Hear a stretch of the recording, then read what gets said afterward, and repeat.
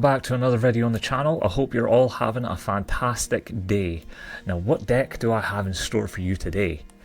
Well, I've got a master rank deck capable of taking you from Master 5 to Master 1 if you really pursue this. And it's going to stay relevant for the next few months. So, what am I talking about? I'm talking about Laval Snake Eyes. Not just the regular Snake Eyes, but Laval's included. And why is this deck so good? Well, it has constant extension. That is the most important part of this deck, as it extends beyond your opponent's disruption. Now, they can set up a full board of negates, of disruption, of boards that just destroy most regular decks. But because of Rekindling being so broken in this deck, it just plays through it. And it has draws upon draws upon draws thanks to TG Hyper Librarian plus Formula Synchron. So, let's get into the deck profile. You guys will see the duels that are coming up. And if you want to skip ahead to that part, check the comments. Timestamp will be in there. But without further ado, let's start. So we start with 2 Droll Lockbird, 3 Laval Volcano Hand Maiden, 3 of the Snake-Eyed Ash, 1 of the Snake-Eyed Oak, 1 of the Birch, 1 of the Poplar, 3 Maxi, 1 Lakeside Lady, the Laval Lakeside Lady, 2 Ash, 1 Blaster, 1 Archer. We've got 2 Diablo Star, 1 Snake Eyes Flameberg Dragon, 1 Harpy's Feather Duster, 1 Foolish Burial, 1 1-for-1, 3 Rekindling, 3 Molten Conduction Field, 1 Triple Tactics Thrust, 1 Sinful Spoils of Subversion, the Snake Eye, and 1 Original Sinful Spoils Snake Eye. We've got the 1 Divine Temple of the Snake Eye, 1 Searing Firewall, 2 Called by the Grave, 3 Wanted Seeker of Sinful Spoils, just a quick play. We've got 1 Dustflame Blast. I'll explain this one in a second. Evenly matched at 1, and 1 Sinful Spoils of Betrayal, Silvera. So that's the negation for Diablo Star. For the extra deck, we have Formula Synchron, 1 Laval Dragon, 1 TG Hyper Librarian, 1 Stardust Charge Warrior, 1 Laval Salamander, 1 Axel Synchro Stardust Dragon, 1 Baron de Fleur, 1 Cosmic Blazer Dragon, 1 Red Supernova Dragon, 1 Crimson Dragon. This one could be kind of taken out. It's good, but like, you know, it just depends on the perfect hand. Can you Rekindling 3 times? And then it becomes the ultimate overextender. You've got the 1 Nightmare Phoenix, the 1 Salamangreat Sunlight Wolf, the Hita Fire Charmer. You've got the 1 Promethean Princess and the 1 Amblo Whale. So, there's a couple of things that you can take out. There's a couple of cards that you could take out. For one, you could take out the Stardust Charge Warrior and instead run Goddess, the White Lady Jump Scare. That would give you a rank 5 play to go into in case you can't out this particular card, because there's no kaijus in this deck. That's the one thing the deck is missing, is a way to out a unoutable card. However, it does have Supernova, and Supernova is kinda cracked. There's very few cards that can get over a regular red Supernova Dragon. And if the meta shifts away from the Snake Eyes and goes back to Labyrinth, you can tech in Red Reboot instead of Evenly Matched. Currently, because of the way the meta is set up, we would rather have Evenly Matched for the Snake Eyes matchup than Red Reboot for the Labyrinth matchup, which doesn't happen as often. So, and Dimensional Barrier is not so strong against Snake Eyes at the moment, so that's why Labyrinth isn't as prevalent. But if we move on to a different kind of meta, you're going to see that Labyrinth comes back in a big way. So make that change if you need to.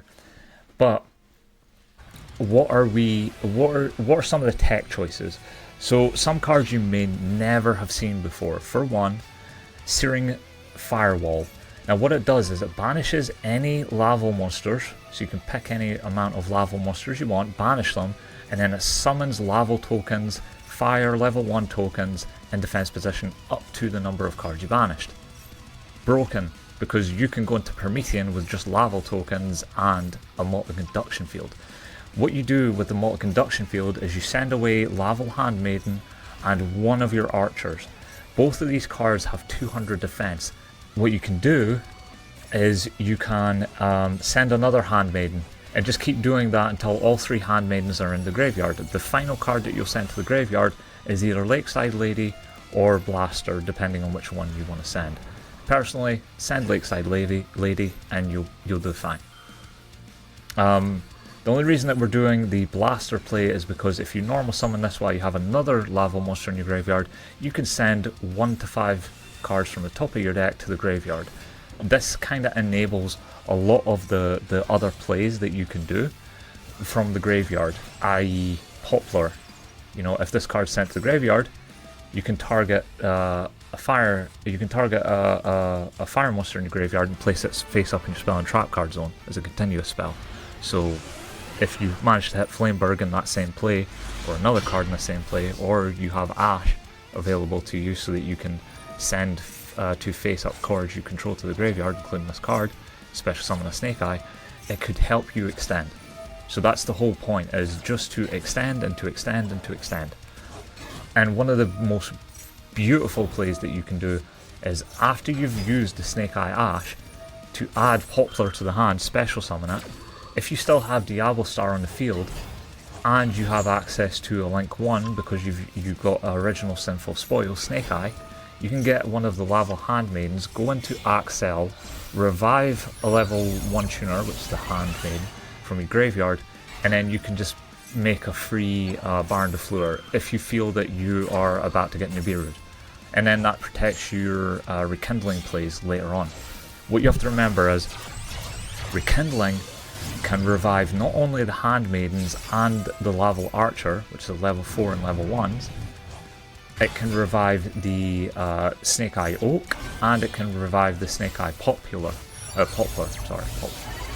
It can revive all of those, and it can revive the Laval Lakeside Lady, if you need to. Now Lakeside Lady, the reason that we're running that is, if your opponent has 1 set card in the field, you can banish another Laval monster you control, which is one of the Handmaidens, and pop that set card. So it's just a engrave pop card. Now most of the time players are not going to negate that. As you may see, there is a Vanquished Soul. There is a way to pop things like Vanquished Soul. I forget the name of the card, the trap card. We'll just look it up real fast. The Vanquished Soul, Soul Snow Devil. So if this card was face down on the field, you would have very little ways to pop it without it destroying cards on your side of the field first, unless you just drew MST and you're just that good. But at least this protects you from ever having to use monster effects because you're destroying via a graveyard effect and banishing. So it's really strong. One of the other cards, tech cards that we have access to, is called Dust Flame Blast. Dust Flame Blast banishes all Laval monsters from your graveyard, so be careful when you use this. Only use this if you really have to. But you destroy any number of cards in the field up to the number of monsters banished for this card's activation. The beautiful thing about this card is it doesn't target. It's a non-targeting destruction of as many cards, not monsters, not spells and traps, but any cards on the field. So it can hit your cards, it can hit their cards, doesn't matter. Doesn't matter what you hit. So use this card. It's extremely strong when it comes to if you've managed to resolve a molten conduction field or not. It's also a really good setup play for turn 2. If your opponent drops a Maxi turn 1 or a Ash turn 1 and you've managed to resolve molten conduction field already, you can just set it up so that you set on triple tactics thrust, grab the Dust Flame Blast and put it face down onto the field, and then you have a pop, potentially pop 5, pop 6 card just ready to go. So it can wipe out an entire field if you need to. Very, very strong. And Flamberg is a revive too. We all know what the Snake Eyes Flamberg does, but if you add to that Rekindling as well, you get a soul charge for your deck. You get Flamberg Dragon, which revives 2 level 1 monsters, which includes one of the tuners, so you can revive a level 1 tuner. We don't run Jet in this deck because we don't need to, because we've got Handmaiden. Yes, Jet can revive itself and that's all well and good, but Handmaiden is just better in this variant because Rekindling can revive it. It's just, it fits the deck, it just fits the archetype more. It's just a better, well-rounded version of it. Now, as the extra deck goes, well, how are you summoning Red Supernova? Well, if you can Synchro a 5 and then get, if you can Synchro up into Axel Synchro Stardust. No, sorry, not Axel Synchro Stardust. What am I saying? If you can get into Laval Salamander, and then get a 3, which is Lakeside Lady, and 2 of the level 1s, that is a Supernova Dragon ready to go. So that's how you're making Supernova. And because you have so many tuners in this deck, when you send all of these away, this card's going to have absurd amounts of attack. We're talking like 6.5 or 7,000 potentially. So 7,000 attack card that can't be destroyed by card effects and banishes all of your opponent's monsters. Banishes all your opponent's cards when your opponent activates a monster effect. Very, very strong. Very strong. Also, the deck has access to Cosmic Blazer Dragon. As you'll see, it is a strong card in itself, you know, especially in something like Sprite. So, climb with this deck. Tell me what you guys think. Leave a comment, leave a like. If you haven't already, please subscribe.